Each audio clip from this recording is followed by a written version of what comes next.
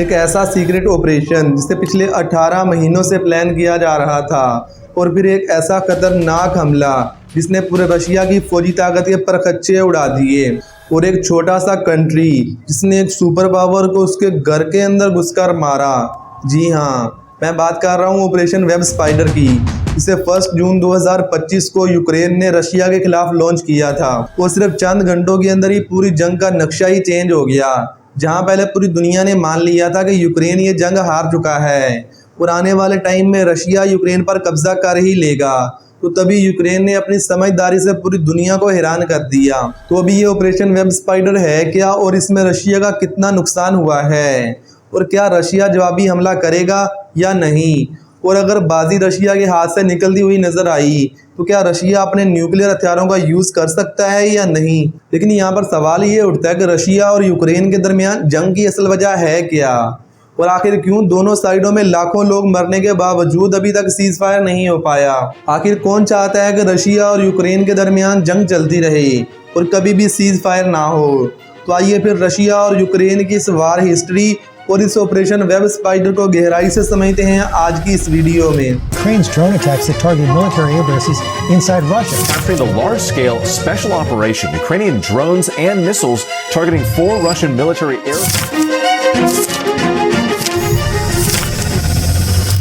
24 अगस्त 1991 को यूक्रेन ने Soviet union से अलग का ऐलान किया था, और इससे ठीक 4 महीने के बाद 26 दिसंबर 1991 को सोवियत यूनियन ही टूट जाता है, और इसमें से फिर 14 नई कंट्रीज बनती हैं, जिनमें सबसे बड़ा कंट्री रशिया है। शुरू में तो रशिया और यूक्रेन के दरमियान तल्लुकात बहुत ही अच्छे थे, यहाँ तक कि रशिया ने अपनी एक रियासत क्रीमिया यूक्रेन को गिफ्ट कर दी थी। और हाँ, यहाँ पर मैं ये भी मेंशन करता चलूँ कि 1991 में यूक्रेन एक न्यूक्लियर कंट्री था, और ये सारे के सारे न्यूक्लियर हथियार यूक्रेन को सोवियत यूनियन से अलहदगी के वक्त मिले थे। और फिर 1994 में यूक्रेन, रशिया, अमेरिका और बरतानिया के दरमियान में एक मुआहिदा हुआ कि यूक्रेन अपने सारे न्यूक्लियर हथियार रशिया को दे दे, जिसके बदले में रशिया, अमेरिका और बरतानिया ने इसकी हिफाजत की जिम्मेदारी ली और इसको काफ़ी तौर पर फाइनेंशियली भी सपोर्ट किया। तो इस तरह यूक्रेन वो पहला और आखिरी कंट्री बना जिसने अपने न्यूक्लियर हथियारों को सरेंडर कर दिया था। उस वक्त तो इनको ये बात समझ नहीं आई, लेकिन आज यूक्रेन अपने इस फैसले पर शर्मिंदा है, क्योंकि अगर आज यूक्रेन के पास न्यूक्लियर हथियार होते तो आज सिचुएशन कुछ और होती। तो अभी अगर आप यूक्रेन का ये मैप चेक करेंगे तो आधा यूक्रेन रशिया के साथ लगता है, और यहाँ पर ज़्यादातर रशियन कल्चर है, और यहाँ पर रहने वाले लोग भी रशिया को सपोर्ट करते हैं। और यूक्रेन का दूसरा हिस्सा यूरोप के साथ लगता है, और यहाँ पर ज़्यादातर यूरोप कल्चर है, और यहाँ पर रहने वाले लोग भी यूरोप के साथ मिलकर रहना चाहते हैं। शुरू में तो तकरीबन 15 साल तक यहाँ पर रशिया की ही एक पपीट हुकूमत मौजूद थी, लेकिन उसके बाद यहाँ पर यूरोप का इन्फ्लुएंस आना शुरू हुआ, और फिर 2008 में यूक्रेन ने नेटो में शामिल होने की ख्वाहिश जाहिर की। अमेरिका और यूरोपियन कंट्रीज़ ने तो यूक्रेन की हमायत की, लेकिन फ्रांस और जर्मनी की मुखालफत की वजह से उस वक्त तो यूक्रेन नेटो में शामिल नहीं हो पाया। लेकिन ये यूक्रेन की ख्वाहिश आहिस्ता आहिस्ता बढ़ती गई। और दूसरी तरफ रशिया नेटो को अपने लिए सबसे बड़ा खतरा समझता है, और अगर यूक्रेन नेटो को ज्वाइन कर लेता है और उसका परमानेंट मेंबर बन जाता है तो फिर नेटो की सारी फोर्सेस यूक्रेन के अंदर भी आ जाएंगी। तो इस तरह रशिया के लिए मामलात मज़ीद ख़राब हो जाएंगे।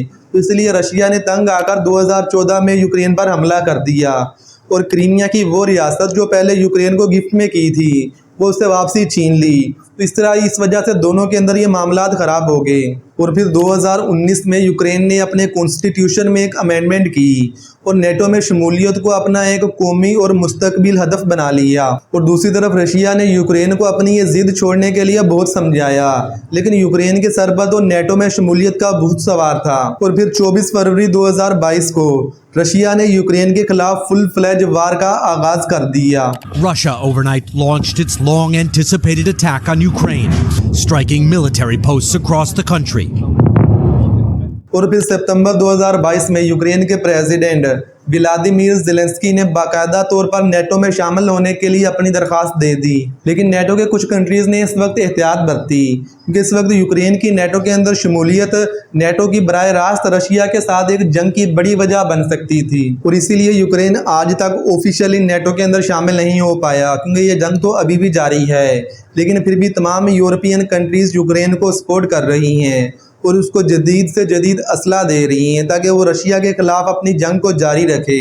और इसी वजह से पिछले 3 सालों में रशिया के तकरीबन 3 से 3.5 लाख सोल्जर मारे जा चुके हैं और 6 से 7 लाख सोल्जर जख्मी हैं। और दूसरी तरफ यूक्रेन के 50,000 से 1 लाख सोल्जर मारे जा चुके हैं और तकरीबन 4 लाख सोल्जर जख्मी हैं। लेकिन करोड़ों लोग अपने घर बार छोड़कर यहाँ से जा चुके हैं। और 2025 में अमेरिकन प्रेसिडेंट डोनाल्ड ट्रंप ने आते ही रशिया और यूक्रेन की जंग को रुकवाने की बहुत कोशिश की थी, लेकिन बदकिस्मती से ऐसा नहीं हो पाया। और ट्रंप ने यूक्रेन के प्रेसिडेंट ज़ेलेंस्की को व्हाइट हाउस के अंदर बुलाकर बहुत ही जलील किया था और उससे कहा था कि बस अब इस जंग को रोक दो, अब तुम ये जंग हार चुके हो और अपने लोगों की जानों का मजीद ज़ाया नहीं करो। अमेरिका ने तुम्हें इस जंग के अंदर करोड़ों नहीं बल्कि अरबों डॉलर दिए हैं, इसलिए आप इस जंग को बंद कर दो और यूक्रेन के अंदर मौजूद तमाम नेचुरल रिसोर्सेज, मादनियात, ऑयल, गैस वगैरह सब अब अमेरिका को दे दो। और इस पॉइंट ऑफ टाइम पर आकर पूरी दुनिया ने ही ये मान लिया था कि यूक्रेन अब ये जंग हार चुका है और आने वाले कुछ टाइम में रशिया यूक्रेन पर कब्जा कर ही लेगा। तो तभी अचानक यूक्रेन ने पूरी दुनिया को हैरान कर दिया और आज तक की सारी वार हिस्ट्री को ही चेंज कर दिया। और फिर 1 जून 2025 को यूक्रेन की इंटेलिजेंट एजेंसी SBU ने ऑपरेशन वेब स्पाइडर को लॉन्च किया, जिसे पिछले 18 महीनों से प्लान किया जा रहा था और इस ऑपरेशन को ज़ेलेंस्की खुद लीड कर रहे थे। और इस ऑपरेशन में यूक्रेन ने अपने AI-117 ड्रोन्स को बड़े बड़े ट्रकों के अंदर भरकर सबसे पहले उनको रशिया के अंदर स्मगल करवाया। और हैरानगी की बात तो ये है कि ये सारे के सारे ट्रक रशिया के अंदर तकरीबन 3 से 4,000 किलोमीटर अंदर चले गए, लेकिन किसी को भनक तक नहीं लगी। तो यूक्रेन ने इन तमाम ट्रकों को रशिया की 4 एयरबेस के करीब में पार्क किया और फिर वो सारे के सारे ट्रक ऊपर से खुलते हैं और यहाँ पर यूक्रेन की इंटेलिजेंट एजेंसी ने इन तमाम ड्रोन्स को रिमोट के ज़रिए से कंट्रोल किया और करीब में मौजूद एयरबेस में जितने भी फाइटर जेट मौजूद थे उन सबको निशाना बनाया।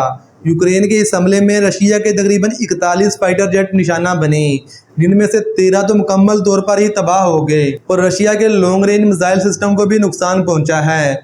और यूक्रेन के इस एक हमले में रशिया की तकरीबन 30% मिलिट्री सर्टेन को नुकसान पहुंचा है।